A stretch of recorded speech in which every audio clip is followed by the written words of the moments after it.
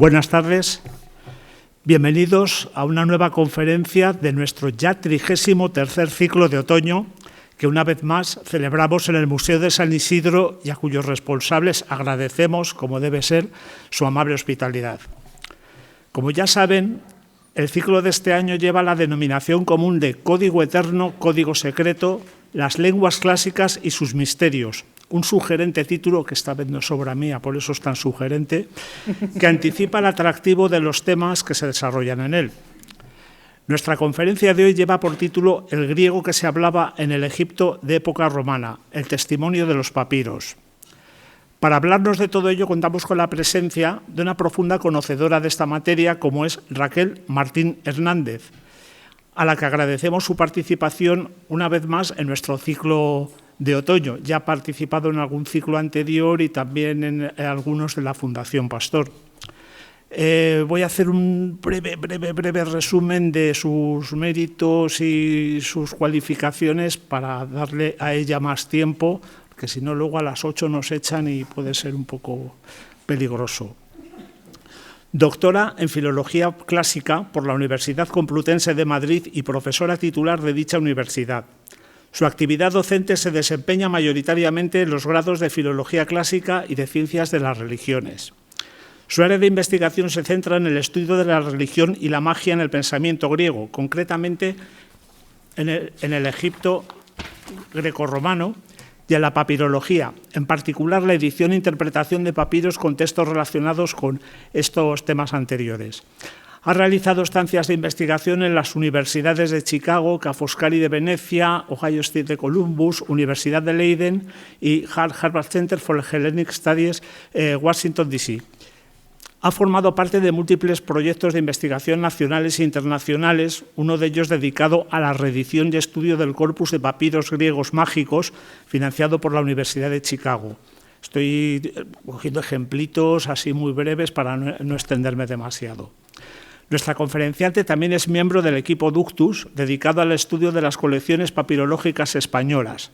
Ha sido coordinadora Erasmus del Departamento de Clásicas de la Universidad Complutense de Madrid y coordinadora del máster en Ciencias de las Religiones de dicha universidad.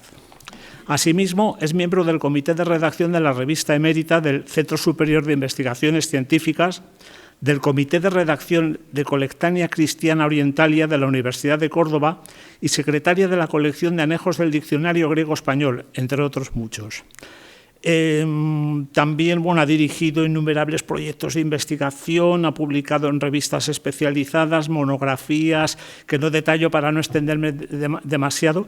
Y para terminar, quiero recordar que actualmente es comisaria junto a Sofía Torrellas de la exposición El papiro de Ezequiel, Historia del Código P967 en la Biblioteca Nacional, que dura hasta el día 15 de noviembre, todavía están a tiempo de verlo.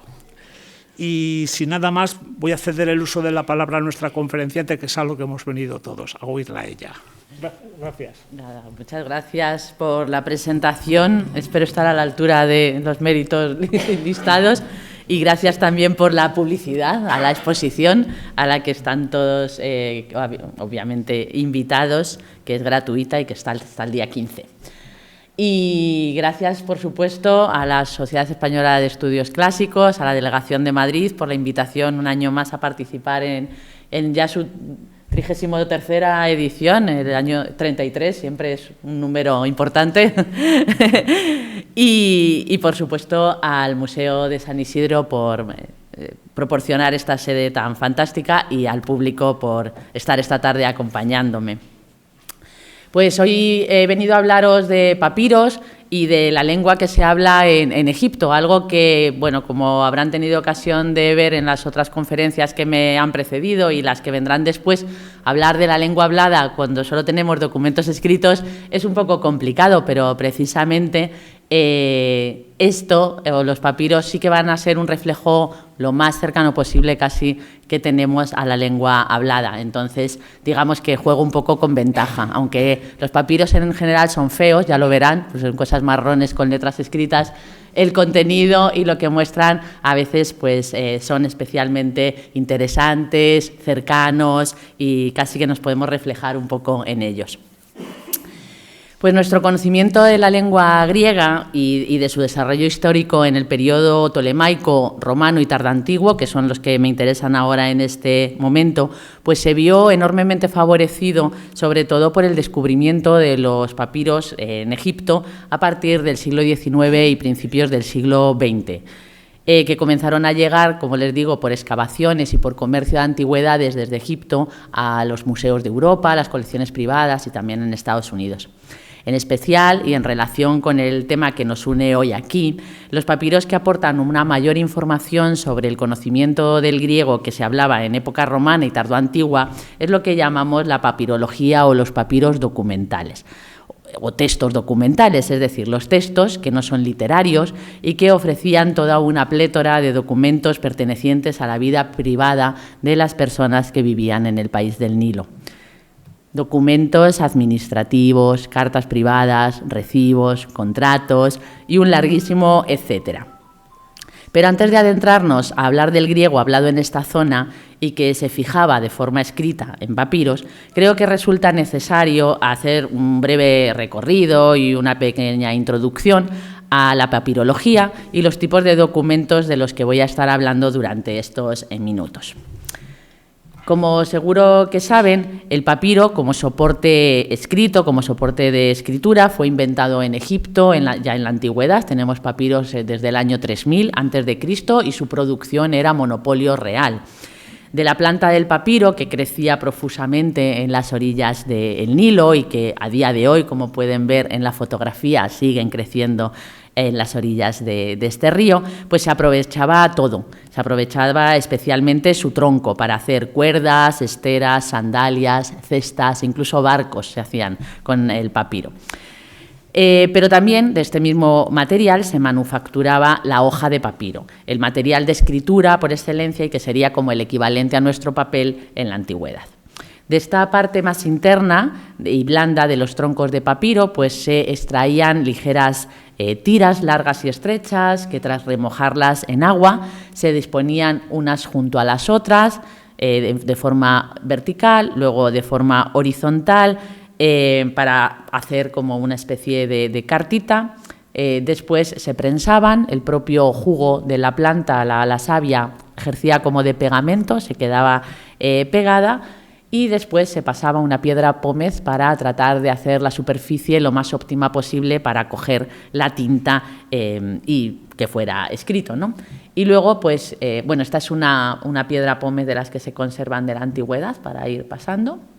Y después, obviamente, se unían unas hojas a otras para formar rollos de papiro, que era el formato con el que este material pues, se comercializaba, ¿no? El papiro se utilizó durante toda la antigüedad, sobre todo en toda la cuenca del Mediterráneo, el Próximo Oriente, y se convirtió en la antigüedad en el vehículo fundamental para la copia y transmisión de conocimiento escrito y para la literatura, pero también, como les digo, pues para la enorme burocracia y los documentos administrativos y contratos de todo tipo, así como las comunicaciones privadas, etcétera. Todo lo que se podía escribir en papiro. El papiro se utilizó durante siglos y fue desplazado, como bien saben todos ustedes, pues por el pergamino en un momento determinado de la antigüedad y después por el papel. Sin embargo, debido a que se trata de un material vegetal y frágil, el papiro no nos ha llegado hasta nosotros no desde todos los rincones del Mediterráneo donde se podía usar, no producir, porque producir se producía solamente en Egipto y intentaron producirlo también en Sicilia, pero no era de la misma calidad.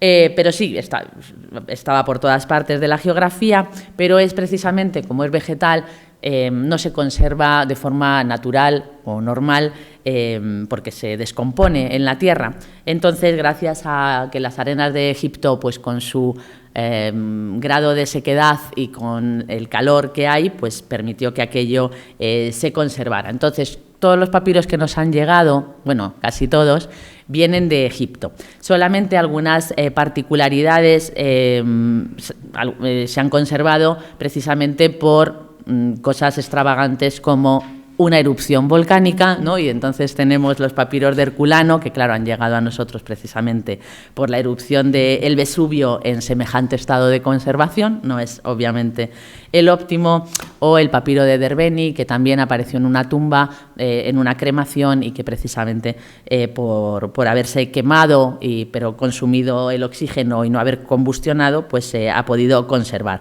lo cual pues es una excepcionalidad. Ya les digo que normalmente los papiros de donde vienen es de Egipto o algunas zonas desérticas de Asia Menor. Y digamos que el boom de leer papiros en la antigüedad empezó sobre todo con un documento que se llama la Carta Borgiana, luego les enseñaré, y que conserva pues todo un elenco de operarios venidos de la ciudad de Ptolemais y demás. Ahora luego les enseñaré un poco. A partir de entonces y tras las campañas napoleónicas empezaron a traer papiros de Egipto por ese interés que empezó a surgir a la búsqueda de grandes textos de la antigüedad, pero precisamente con esos textos de la antigüedad que querían descubrir, siempre pues querían descubrir un texto nuevo de Aristóteles o una comedia perdida de Aristófanes o lo que sea, no paraban de salir documentos de la vida privada, que de hecho son los que, por ejemplo, ahora nos interesan en esta conferencia. En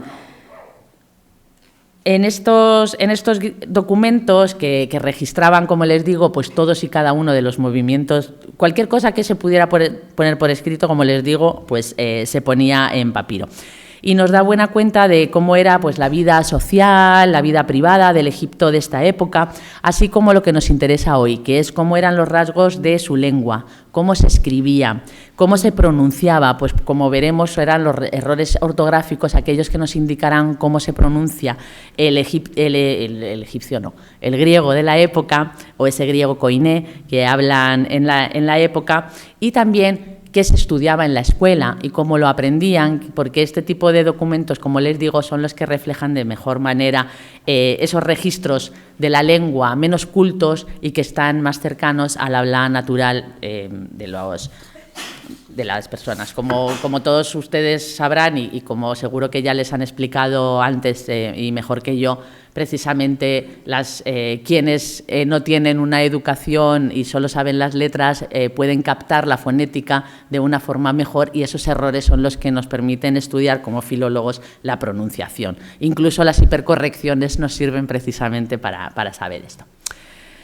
¿Y cómo es el griego que aparece en los papiros? Bueno, pues en términos generales el griego que aparece en los papiros, en particular en estos textos documentales, es una variedad con algunas particularidades locales de la lengua koiné, ¿no? Del griego koiné, que sería una suerte de dialecto jonio con algunos rasgos atizantes, precisamente por lo que se entiende que el dialecto ático es el culto. Entonces es una mezcla de un dialecto, digamos, que fue exportado, vamos a decirlo en términos más políticamente correctos, por Alejandro en sus conquistas, y que se impuso como lengua de gobierno y de clases dirigentes en los reinos tras las conquistas de Alejandro. Así también en estos reinos marcaba una relevancia político-social que iban consolidando cada vez más todos los griegos y las personas que vivían en estos reinos. El griego koiné sirvió, por supuesto, pues para escribir grandes obras literarias, ¿no? Y científicas. Hay varios autores, pues como tienen aquí a Polibio, Euclides, Galeno, toda una serie de literatos que escribían en esa variante koiné, no del todo pura, digamos, no el habla cotidiana, siempre en la literatura pues no es un griego como el que se habla, así como los textos de novela o, por ejemplo, los evangelios, ¿no? se escribieron en lengua koiné. El griego literario, no obstante, mantiene un registro elevado que no se refleja en todos los textos recuperados en los papiros, especialmente en aquellos que registran textos escritos en la esfera de lo privado, como las cartas, por ejemplo, o los contratos personales, por mucha fórmula que tengan, ¿no? Y es que, como es natural, y les decía antes, las lenguas tienen diversos registros cuya forma más culta es la que se utiliza normalmente en la literatura, que evoluciona además de una forma más lenta, pero la forma de hablar cotidiana, la del día a día, pues tiene una evolución mucho más rápida, es más diversa y depende mucho de las lenguas con las que están en contacto los hablantes. Y esta lengua hablada, la del día a día, es bastante difícil de conocer debido a que no conservamos, lo que más conservamos, claro, es literatura en según qué zonas, pero precisamente, o también inscripciones que están hechas y muy pensadas para ser leídas por todos, entonces están demasiado corregidas, vamos a decir. Y nos queda poco de documentos que se hacen de forma casi natural o espontánea, ¿vale? En los papiros, en cambio, es donde sí que podemos acceder a un mayor número de registro del habla, que dependerá también del tipo de documento que estemos analizando y que a la vez nos permitirá acceder a una multitud de información sobre, como les decía, la pronunciación de la época. Sea que fuera un fenómeno extendido de todo el griego koiné, que se hablaba no solo en Egipto, sino en otras zonas, como les decía, del imperio de los reinos posteriores a Alejandro Magno, sino lo que nos va a ofrecer es la variante dialectal propia de Egipto, que eso es bastante particular por las razones que vamos a ver, ¿no? Tendrán, lo que veremos tendrá algunos rasgos particulares del griego koiné en general, pero unos rasgos particulares que solo se van a dar en el griego koiné que se habla en Egipto. Pero sobre todo es el acceso a los textos escritos por los propios hablantes, esos textos personales que les decía, en ocasiones escritos solo para la intimidad de la propia casa, en ocasiones producto de personas que no están del todo educadas. Esa nos ofrece esas formas más directas que, como estudiosos, pues digamos que es lo que más cercano podemos estar de cómo se pronunciaba o cómo se hablaba el griego de la época. Sin embargo, por supuesto, obviamente pues no será perfecto, pues detrás de cada documento hay siempre un momento de reflexión y cuidado que no podemos salvar.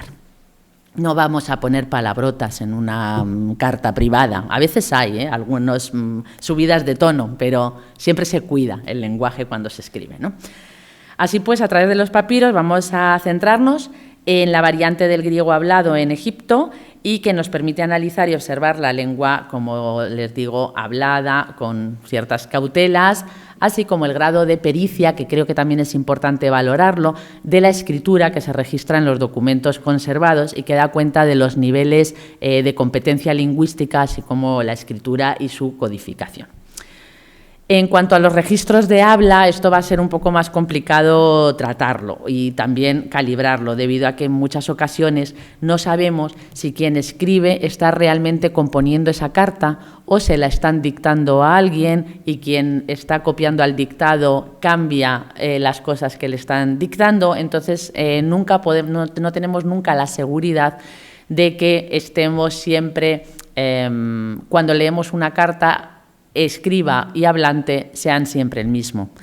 En ocasiones sí que lo vamos a ver. He tratado de traerles una serie de documentos donde la mano con poca pericia y que sabemos que realmente es de esa persona porque firma otros documentos y tiene esa misma letra, sabemos que a lo mejor pues es una mujer, por ejemplo, que siempre no están todo lo educadas o no llegan a las cotas de educación que se les podía ofrecer a los hombres, ¿no? Entonces, he intentado traer esos papiros para poder mostrarles lo más cercano a lo que quizá pudiera ser ese habla. Lo que pasa es que en muchas ocasiones estos documentos tendrán una serie de expresiones formulares de las que no nos vamos a poder salvar. Uno cuando escribe una carta siempre empieza igual y dice: estimado fulanito, : espero que se encuentre bien, no sé qué, ahora no, o incluso en inglés, ¿no? Lo de I hope this email finds you well, ¿no? O ese tipo de expresiones cotidianas que ya todo el mundo las tenemos interiorizadas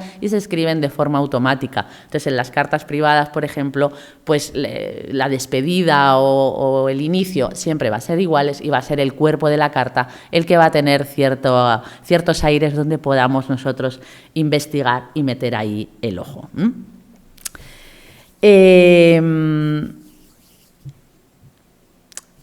Vamos a hablar entonces, por tanto, del griego que hablaban estos habitantes, del griego de Egipto. Antes de empezar a hablar de esto, les quería hablar también un poquito de desde cuándo están los griegos en Egipto ahí hablando, porque es importante ver cuál va a ser su grado de bilingüismo, lo cual va a afectar al griego de la zona, ¿vale? Sabemos de la existencia de asentamientos griegos en Egipto desde el siglo VII a.C., cuando en torno al año 650 a.C., pues se funda Naucratis, por ejemplo, que es una colonia de comerciantes milesios, y en ese mismo siglo también se asientan en Egipto los mercenarios griegos que servían en el ejército del faraón. Estos fundan una colonia en Menfis y estos serán los llamados helenomenfitas por las fuentes, a los que, por ejemplo, Heródoto consulta, ¿no? Porque son los que hablan griego en la zona. Sin embargo, estos helenomenfitas siempre conservaron su identidad griega, estaban muy orgullosos de sus raíces griegas, conservaron su lengua, pero rápidamente se mezclaron también con la población nativa, de tal manera que por producto de los matrimonios mixtos estamos empezando a crear población bilingüe. Y desde muy pronto, como les digo, desde el siglo VII a.C., desde el 5 y demás, ¿no?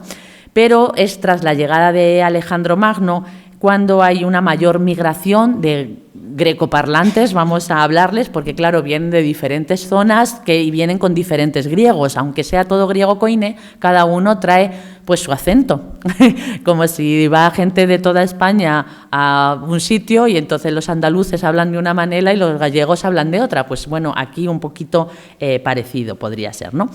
Entonces, en esta época es cuando vienen muchos griegoparlantes a Egipto, desde diferentes partes del mundo griego, se mezclan entre ellos, porque algunos, como les digo, vienen con dialectos regionales, pero también se mezclan con la población local. Sin embargo, aquí lo que surge también es una especie de protección de la lengua griega desde el poder. Y es que el griego se establece como lengua de cultura, entonces digamos que se trata de que sea lo menos variada posible, que se imponga, luego se impone como lengua de cultura y se impone como lengua de administración. Y esto va a ser especialmente importante a la hora de la evolución del griego. Por otra parte, quien habla griego marca que tiene una clase social elevada.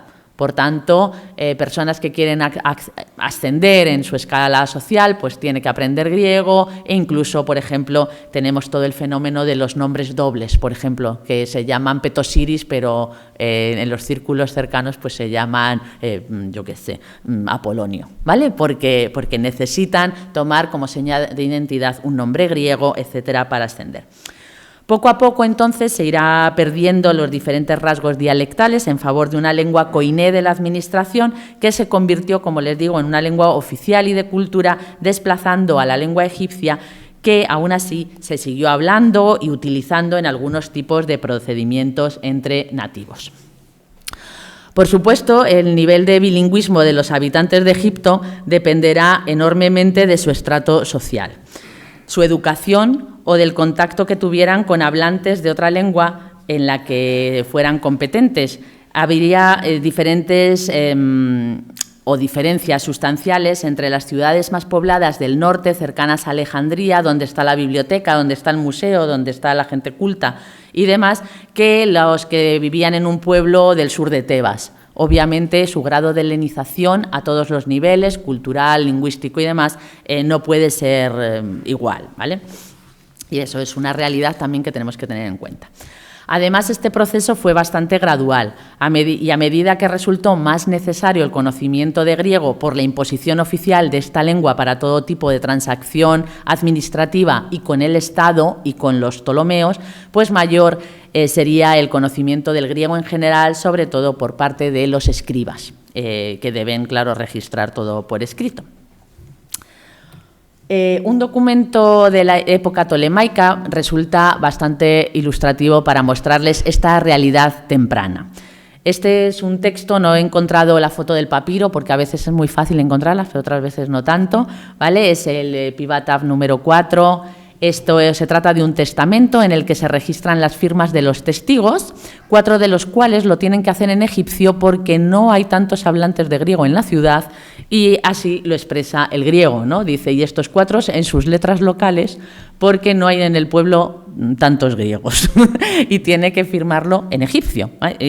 Esto es un problema porque en la administración se obliga a que las cosas estén en griego, ¿vale? Otros datos en los papiros nos hablarán de esta convivencia de las dos lenguas en época tolemaica, que irá gradualmente perdiéndose, como digo, en beneficio de la lengua griega. Por ejemplo, contratos en demótico que tienen una suscripción en griego o un adendum de pago de tasas, por ejemplo, son corrientes en época tolemaica. Si se dan cuenta en esta imagen, a ver si puedo... Esta parte de aquí arriba está escrita en demótico, este es un recibo de un impuesto sobre unas ventas, es un contrato demótico donde se registra la venta de una casa y aquí en griego está la suscripción para hacerlo legal, para que la gente, si tiene que haber algún problema y hay que llevarlo a altas instancias, esas altas instancias solo hablan griego y solo se registran las cosas que están en griego. Para dar validez a un documento que se ha hecho con un acuerdo en demótico, tiene que llevar la suscripción, ¿vale? Otros datos en los papiros nos hablarán de esa... creo que les había traído aquí otro. Ven aquí, está en lengua egipcia, ¿no? En demótico, toda esta parte de arriba. Además, esto está escrito en pincel, lo otro está escrito en cálamo. También hacen un cambio en el instrumento de escritura, ¿vale? Donde esto se lee así, de izquierda a derecha, y esto de derecha a izquierda.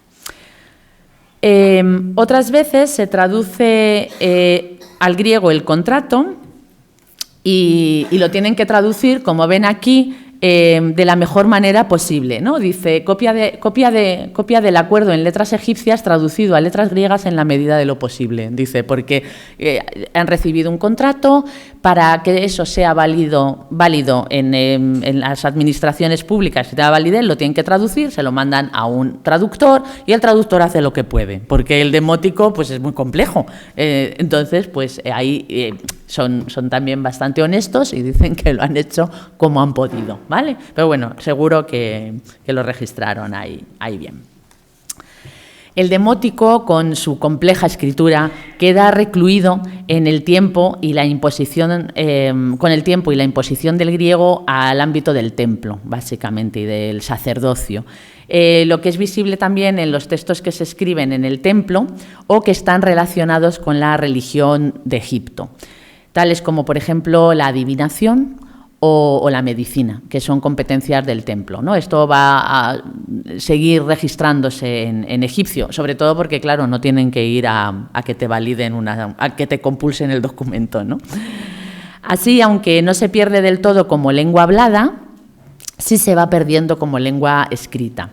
Y algunos documentos de esta alternancia entre que, digamos, lo legal y administrativo va en griego, pero lo religioso y demás va en egipcio, tenemos algunos documentos interesantes que nos hablan de esta interacción entre las lenguas, ¿no? En concreto, por ejemplo, un documento muy particular que nos habla de esto son las etiquetas de momia, ¿no? Las momias, claro, les vendaban la cabeza y ya no les reconocías, entonces hay que ponerle una etiqueta para saber quiénes son, claro. Entonces, estos que además normalmente les tienen que enviar a su pueblo a enterrarse, porque no se pueden enterrar donde se mueren, tienen que ir a enterrar al pueblo del que son nativos. Normalmente en griego se registra pues quiénes son, ¿no? Este es Patmucis, ¿no? Este es Patmecis, tal, aquí nos va diciendo quiénes son sus padres. Y algo muy importante del egipcio es quién es su madre. Los metronímicos serán muy importantes a la hora de registrar cómo te llamas en egipcio. Y esto lo ponen en griego. Normalmente traen otras informaciones, como que hay que llevarlo al cementerio de no sé qué sitio o si ha pagado las tasas navales. Lo que les interesa es la burocracia, ¿vale? Pero en demótico lo que se registra es la oración para que el alma tenga un eterno descanso en la compañía de Osiris, siendo Osiris fulanito, etcétera, etcétera. Si ven por aquí el Ankh, ¿no? aquí se ve esta parte del documento religioso, ¿no? Otro documento interesante que también en este sentido nos lo proporciona una carta privada. Este es solo un trocito de la carta privada, no la he podido tampoco encontrar entera, en la que un tal Ptolomeo le escribe a Aquiles para decirle que ha recibido una profecía en sueños sobre él, pero que para que se entere bien se lo va a escribir en egipcio. Que dice, bueno, pues no sé si eso va a serlo, pero no solo porque a lo mejor la persona que lo recibe es más competente en la lengua egipcia, sino porque posiblemente todo lo que tiene que ver con la interpretación de sueños y demás es ámbito de la religión egipcia y del templo. Entonces, todo lo que habla sobre esto se registra en lengua egipcia, ¿vale? Y este es un documento muy interesante porque además es una carta privada. Aquí al final le dice, ala, que te vaya bien, ¿no? Erros o tal. Y ahí le pone luego ya en egipcio el sueño que ha tenido sobre esto, ¿no? Veamos ahora cuáles son los rasgos más característicos, a ver que no me pase yo de tiempo, cuáles son los rasgos más característicos del griego hablado en Egipto y que aparecen reflejados en los papiros. Señalo los que aparecen más comúnmente en los textos, en la idea de que como la lengua escrita trata de ser lo más correcta posible, estos errores o notaciones contra la norma notarían la pronunciación del escriba y reflejarían asimismo su habla y, por otro lado, su competencia en la escritura. Por supuesto, no estaremos seguros al 100%, obviamente, puede haber todo tipo de hipercorrecciones y demás, pero sí que, sobre todo en la fonética, se nota mucho y a veces en la sintaxis. Empecemos por los rasgos fonéticos que vamos a encontrar en el griego de los papiros, algunos de los cuales tienen que ver por la simple evolución del griego y del griego koiné en su momento, ¿no?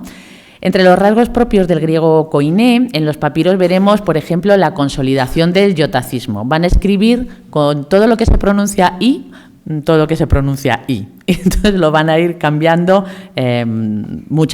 o con mucha corrección o con menos corrección, dependiendo del escriba. La reducción de los diptongos de primer elemento largo, o sea, largos, la pérdida de cantidad vocálica, vamos a ver omicrones donde hay omegas o etas donde hay iotas, porque ahora ya lo han cambiado y demás. La monoptongación de diptongos cortos, por ejemplo, o incluso la fricativización de la ipsilon como segundo elemento del diptongo, ¿no? El aftokinetos, ¿no? Este afto, eso ya lo vamos a encontrar en el griego de los papiros. Otros rasgos, en cambio, son propios del griego de la zona y que vienen dados en muchas ocasiones por las particularidades que les decía del contacto con la lengua egipcia y, sobre todo, por el bilingüismo que les he comentado. Así, en el griego de los papiros observamos una constante fluctuación entre la notación de sordas y sonoras, especialmente entre la delta y la tau, que las van a intercambiar, o la gamma y la kappa. ¿Vale? Las vamos a encontrar cambiadas y entonces van a decir... hay oposición entre la beta y la tau también. Lo que pasa es que como la beta ya está teniendo también su propio proceso de fricativización, no se nota tanto, pero sí que encontramos a veces que ponen batera en lugar de patera o cosas por el estilo, ¿vale? Van a cambiar las sordas y las sonoras. ¿Esto por qué es? Es porque en egipcio no hay una oposición entre sordas y sonoras, entonces para ellos suenan igual. Nosotros tampoco hacemos una gran oposición entre las sordas y las sonoras. Escuché hace poco una estudiante que estaba estudiando español, que era china, y decía, ¿vosotros creéis que lo de la L y la R es lo que...? Dice, no, aquí lo peor que pronunciáis son las Bs y las Ps. Nunca sé cuando la palabra que estáis pronunciando es con P o con B. Y me pareció muy curioso, porque a lo mejor tiene que ver con nuestro propio castellano o el castellano de una región donde lo estaba aprendiendo. Entonces, desde entonces me fijo bastante en este problema. Como les digo, pues tenemos este problema de la delta y la tau, o la gamma y la kappa, también de la beta y la pi. Podemos encontrar bolin en lugar de polin o de bolis. encontraremos. Luego hay otro fenómeno muy curioso, que esto es como los chinos también, ¿no? Hacen confusión de líquidas y la Rho y la L, la lambda, se intercambian. Sin embargo, este es un hecho fonético que normalmente se registra en papiros de la zona de Fayum. De tal manera que para nosotros, que muchas veces el papiro nos llega por el tráfico de antigüedades y no tenemos ni idea de dónde se ha encontrado la excavación, dónde estaba, este es un rasgo para situarlo precisamente en la zona del Fayum, que es este oasis que hay debajo del delta, ¿no? Entonces es importante, por ejemplo, notar estas particularidades de la fonética, precisamente incluso para datar papiros. En cuanto a la morfología, y dado que la lengua egipcia no tiene casos, lo más destacable es la confusión en ocasiones en la declinación, ¿no? Y sobre todo de los nombres propios, que los declinan como les da la gana, porque sus nombres propios no tienen declinación, entonces ellos se la inventan. Entonces los nombres masculinos pues lo ponen como de la segunda y los femeninos como de la primera, pero un poco aleatoriamente, ¿vale? A veces los ponen en is, luego se equivocan porque no tienen competencia con la declinación de los nombres, ¿vale? En otras ocasiones, ya esto sería más que tiene que ver con la sintaxis, vemos que hay rasgos típicos de la Koiné, como la pérdida de la función de los casos, donde se van viendo cada vez más giros con preposiciones, o el gusto de las construcciones perifrásticas, ¿no? Las construcciones perifrásticas, sobre todo para expresar el futuro. También encontramos un mayor uso de subordinadas con conjunción en lugar de los usos de infinitivo, pues eso, lo que es más fácil del griego, pues no, y no esos participios terroríficos que todos los estudiantes pues ya les obligamos a traducir, pues ahora todo son subordinadas con conjunción, que son todas más fáciles, ¿no? Sin embargo, algunas construcciones del griego de Egipto, son mucho más particulares todavía que todo esto, y que tienen que ver precisamente con cómo el egipcio es una lengua que se habla e influye en el propio griego. Voy a destacar algunas de ellas. Por ejemplo, en el griego que encontramos en los papiros podemos encontrar que se utiliza el numeral eis, 1, para el indefinido, como haríamos en español, ¿no? Porque en egipcio utilizan el numeral para el indefinido, ¿no? Que es wa para las dos cosas. También encontramos el uso de la preposición en con sentido instrumental, que es un uso que se da tanto en egipcio como por ejemplo, se ve en el griego de la traducción de Septuaginta. Entonces debe ser algo semítico o de otras lenguas. Hay un mayor uso de joti, por ejemplo, para introducir el discurso indirecto. Ahora veremos una carta que está llena de jotis. Y no sé quién me dijo joti, y dice lo que dice, ¿no? Que puede ser debido a una evolución de la lengua griega, pero también a que en egipcio el discurso indirecto se introduce con la conjunción che, ¿no? Por último, es posible ver también que el griego de los papiros hay bastantes préstamos de la lengua egipcia, sobre todo pues para expresiones hechas o cómo construye una expresión. Por ejemplo, los numerales pues los construyen siempre con el artículo en singular, ¿no? Entonces dicen tu dédoca o lo que sea, ¿no? En lugar de ton dédoca. También, por ejemplo, podemos encontrar transferencias de género en palabras que en egipcio son masculinas, pero en griego son femeninas, porque como el griego es una construcción, pues entonces a veces vamos a encontrar que pone tu gemeras, por ejemplo, porque el artículo, día en egipcio es masculino, es hu, ¿no? Otra particularidad que se entiende también pues, como interferencia del egipcio es el uso del pronombre anafórico en oraciones de relativo que no lo necesitan, ¿no? Por ejemplo, que eso también lo hacemos en español, en ocasiones. Es un poco pleonástico. Les he puesto aquí una frase, ¿no? Que tienen aquí, esta de Rakidu, donde dice, dice, Jon, ya dice de los que, ¿no? De las que, pero luego pone ex autón de estas, otra vez, ¿no? Lo repite. Y como último ejemplo que les traigo, pues por ejemplo en egipcio, cuando se repite un adjetivo, es el superlativo, de tal manera que en algunos himnos, que por ejemplo los mágicos que traduzco yo, pues dice megas tifón. Entonces, no tenemos que traducir gran tifón, sino grandísimo tifón, ¿vale? Porque es una interferencia del egipcio en el griego. Por supuesto, los papiros mostrarán igualmente el uso de palabras egipcias intercaladas en textos griegos, pues como baris, para un tipo de barca en particular, o kakis, que es un pan particular de la zona, pues entonces lo llamas con el nombre egipcio. Entonces, pues lo ponen con letras griegas, pero ese pan se llama así, kakis, y entonces lo ponen así, ¿no? O también, como les decía, el uso del metronímico, que eso es una característica de la forma onomástica de los nombres egipcios y que los griegos también se lo ponen pues, cuando están en la zona. Los griegos no, en realidad cuando están reflejando su propia lengua o sus costumbres en lengua griega, que no es la suya, y entonces colocan su metronímico, ¿no? Vistos entonces, por tanto, someramente estos rasgos, o los cambios más importantes del griego de Egipto frente a la koiné estándar o más elevada que podemos encontrar en la lengua literaria de la época, pues vamos a ver cómo los papiros resultan una fuente importante para el estudio no solo de la frecuencia en el uso de estas particularidades que les acabo de describir, así como para el estudio del desarrollo de la competencia lingüística del griego en diferentes etapas, ¿no? Y para ello me voy a centrar en una serie de textos, de papiros documentales que les he escogido pues que traían como todas las cosas, ¿no? Para hacer unos ejemplos más claros, ¿no? La gran cantidad de documentos de tipo escolar conservados dan buena cuenta de cómo se aprendía el griego, que como hemos dicho era necesario para integrarse en la sociedad, pero sobre todo para poder tener trato con la administración y ascender socialmente.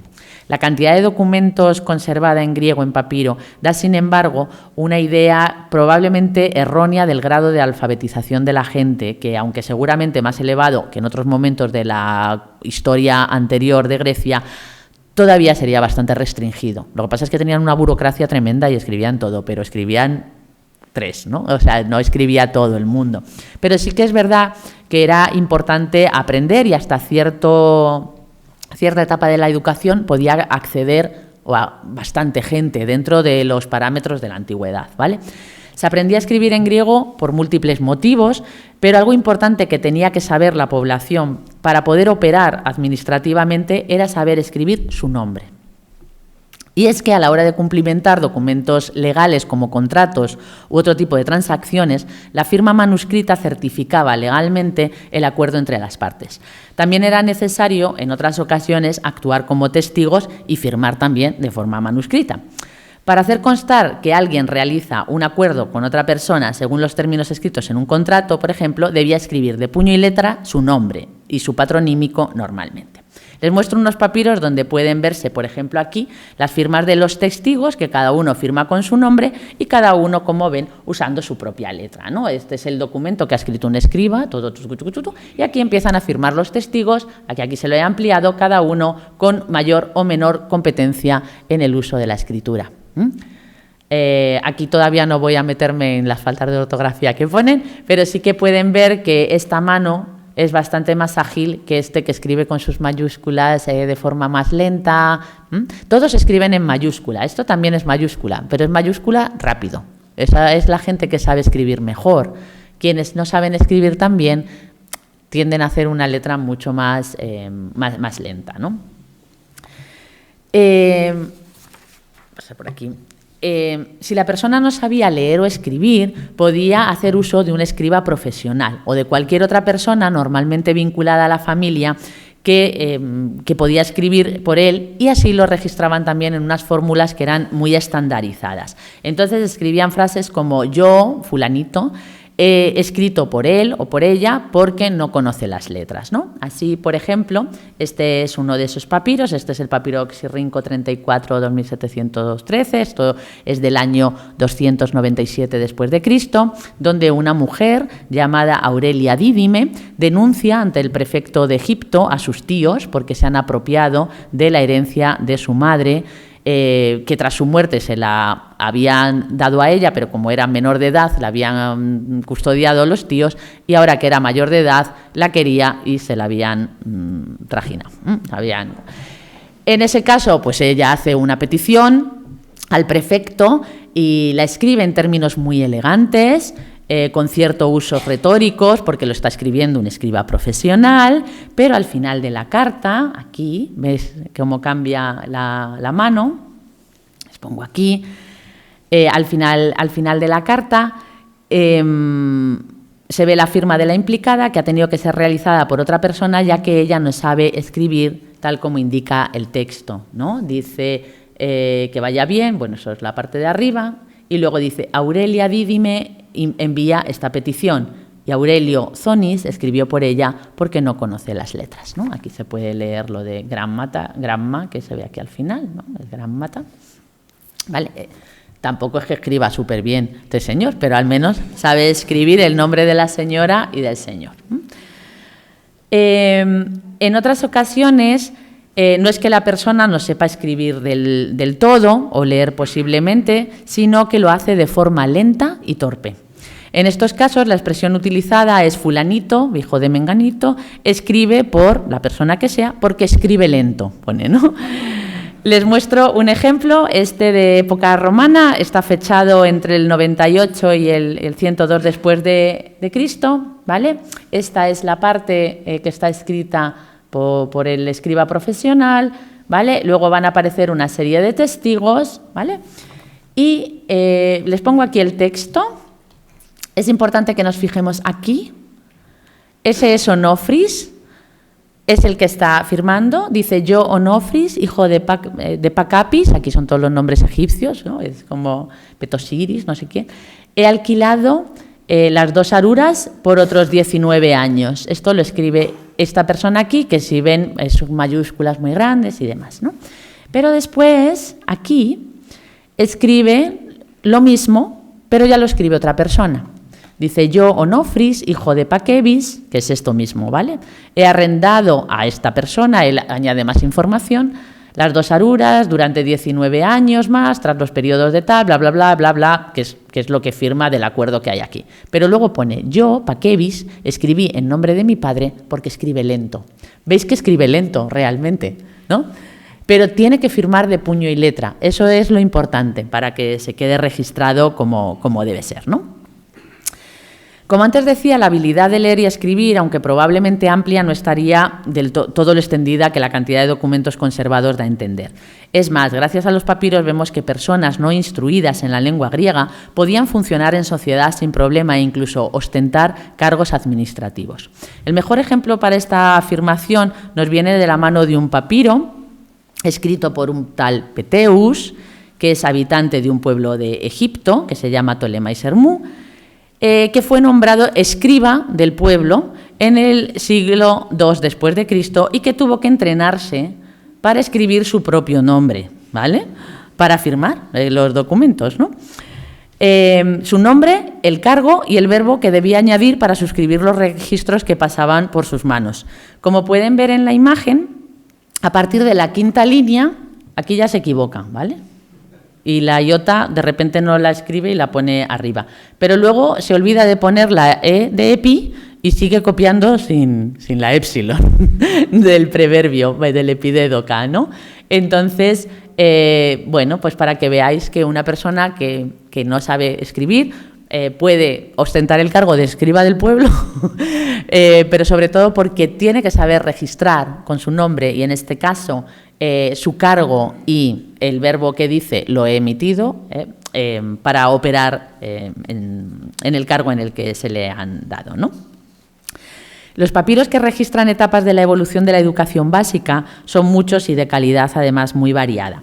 En aquellos donde aparecen alfabetos copias de sílabas abiertas o trabadas o frases simples en las que un estudiante copia pues, la frase que ha escrito un maestro, pues en estos casos no suelen notarse rasgos del griego de Egipto porque está copiando, ¿no?, lo que ha puesto un profesor, como en este caso, ¿no?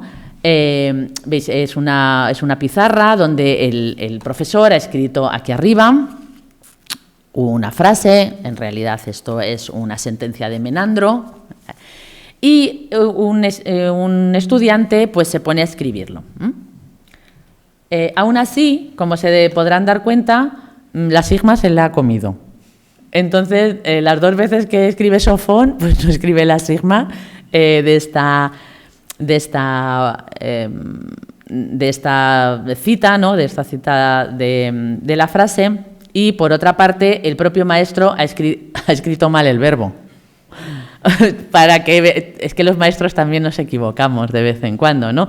Y en lugar de poner pisteuate, que es lo que tiene que haber, ha puesto pisteuatai, porque ese diptongo ahí ya se pronuncia e. Entonces ha cometido el propio profesor una falta fonética que nos habla ya de cómo se pronuncia en este momento esa terminación verbal, ¿no?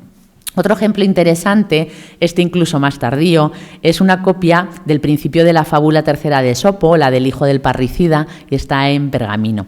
Podemos apreciar que el estudiante, que además escribe, pues está utilizando la típica letra que se ha puesto de moda en esta época, adorna la O así toda bonita, la pone, ¿no?, como los niños con los cuadernos y los fluorescentes, ¿no? Bueno, pues aquí como no hay, pues lo ponen notitas, ¿no? Podemos apreciar la mano, que no parece la de un principiante, pero tampoco es la de alguien que está acostumbrado a escribir. No es lenta del todo, parece ágil, y como puede apreciarse en el pergamino, pues hay diferentes fallos que les noto aquí. Dice, eso es lo que escribe el texto, esto es lo que debería haber escrito, ¿no? Como pueden observar, pues ya no hay grados, ya no se distinguen las largas de las breves, entonces pueden hacer hipercorrecciones como aquí. Idión, ¿veis aquí este problema de la confusión de delta con tau? Esto es propio del griego de Egipto. Las iotas aparecen todas, ¿veis? Padera en lugar de patera. Esto es un rasgo propio del griego de Egipto. Aquí, bueno, ha confundido el foneusas, que ahora sería fonefsas, le ha puesto fonosas.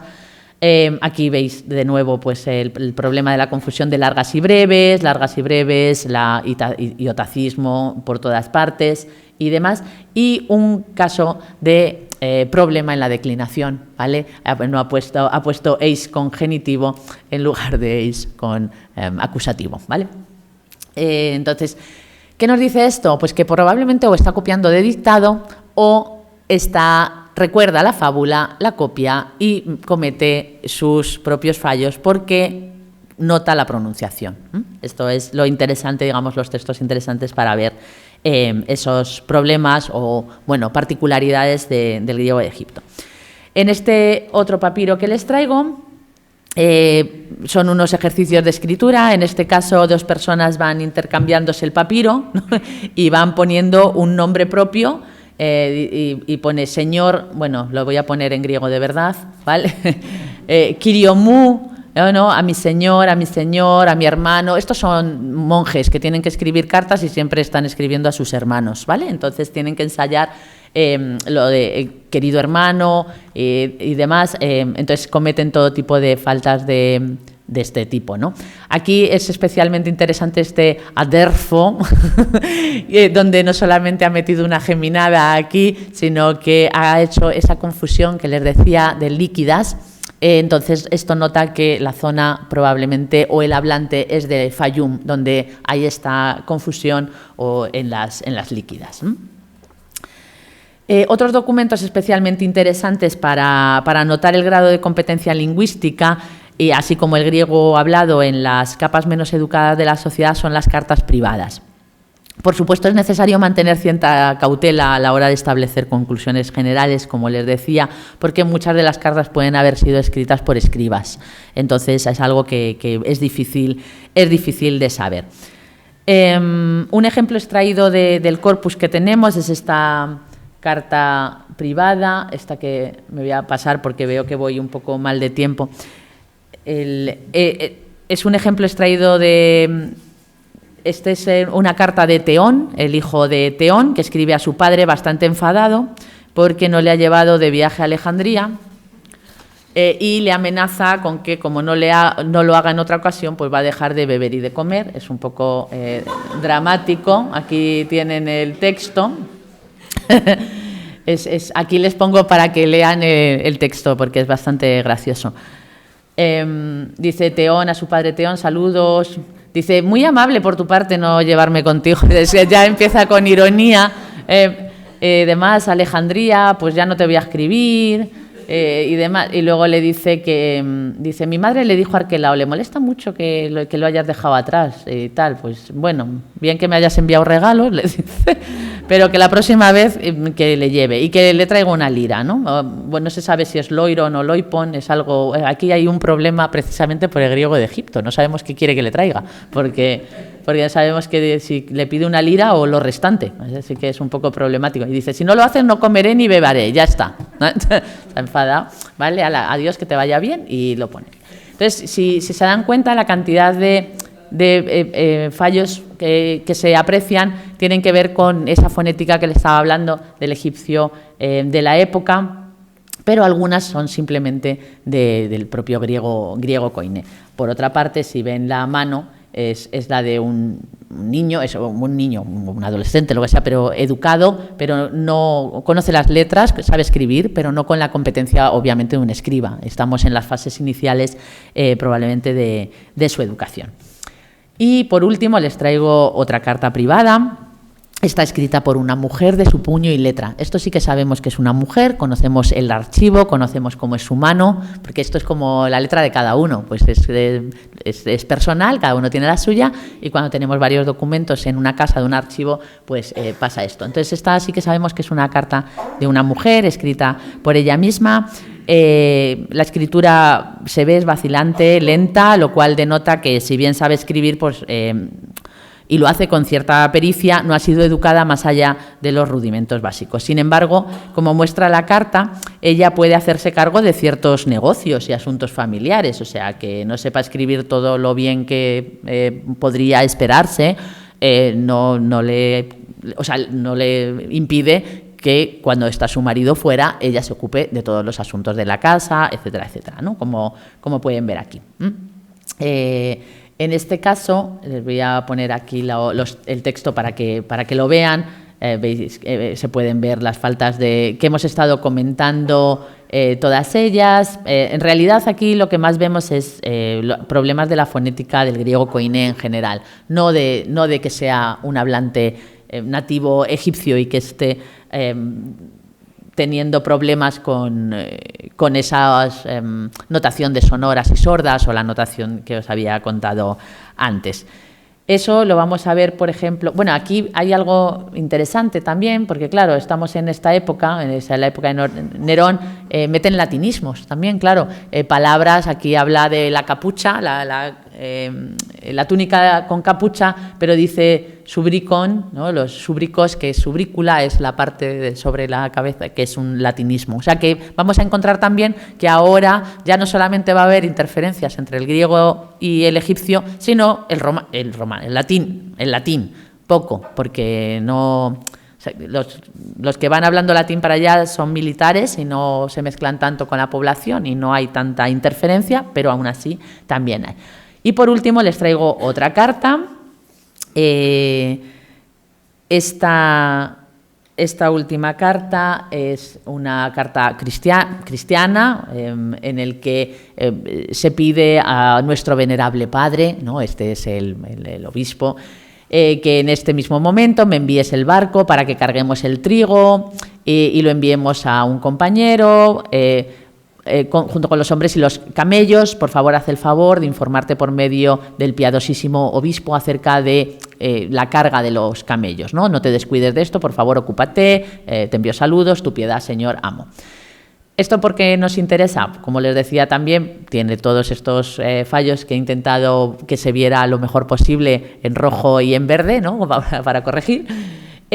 Pero ven cómo pone naurón, ton, camerón para los camellos, ¿no? Es el naulón, ton, camelón, esa confusión de líquidas que nos hace saber pues, que este griego es de esta parte en concreto de Egipto, ¿no? O algunos otros problemas. Así que yo creo que con estos ejemplos espero que haya quedado, bueno, un poco demostrado o que hayan podido ver la importancia de estos testimonios escritos, de los papiros que permiten echar una ojeada a la faceta más íntima de los habitantes del Imperio Romano y del mundo tardoantiguo, que son sus documentos privados y cómo pues, se dejan traslucir cómo sonaban sus palabras. El estudio de estos textos, contextualizado y teniendo en cuenta la situación de bilingüismo, el acceso a la educación y la diversidad existente entre quien sabe escribir, quien no lo sabe, quien dicta, entre muchas otras variantes, pues arroja una luz exclusiva y tremendamente interesante para nuestro conocimiento del desarrollo de la lengua griega. Así que muchas gracias a todos por la atención.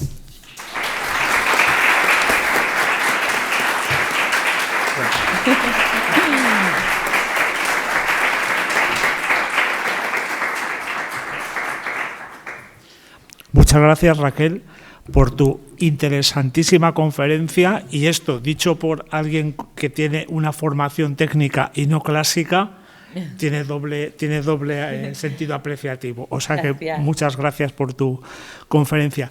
Yo no sé, yo creo que si hay tiempo para alguna pregunta rápida o algún comentario. ¿Alguien quiere decir algo? O si no, que va a decir que calle para siempre. No, para siempre no, para siempre no. Sí, por allí, sí. Bueno, muchas gracias por la conferencia. Nada. No sé si me estoy yendo mucho siglo para adelante, pero cuando los habitantes de esta parte del imperio empiezan a llamar a su lengua romaní. ¿A su lengua?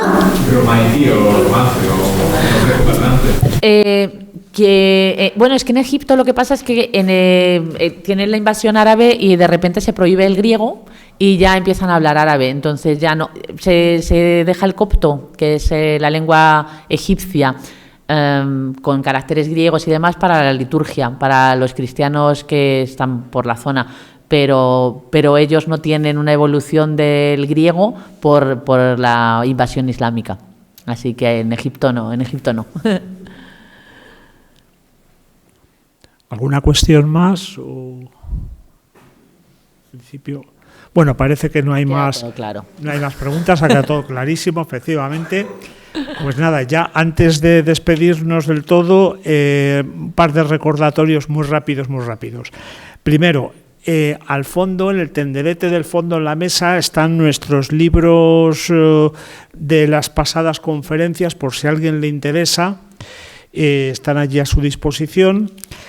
Y luego, antes de despedirnos, quisiera emplazarles para la próxima conferencia que se celebrará el próximo jueves 13 de noviembre a la misma hora y en este mismo lugar, donde Eugenio Luján Martínez nos hablará sobre la transmisión de información secreta en el mundo clásico.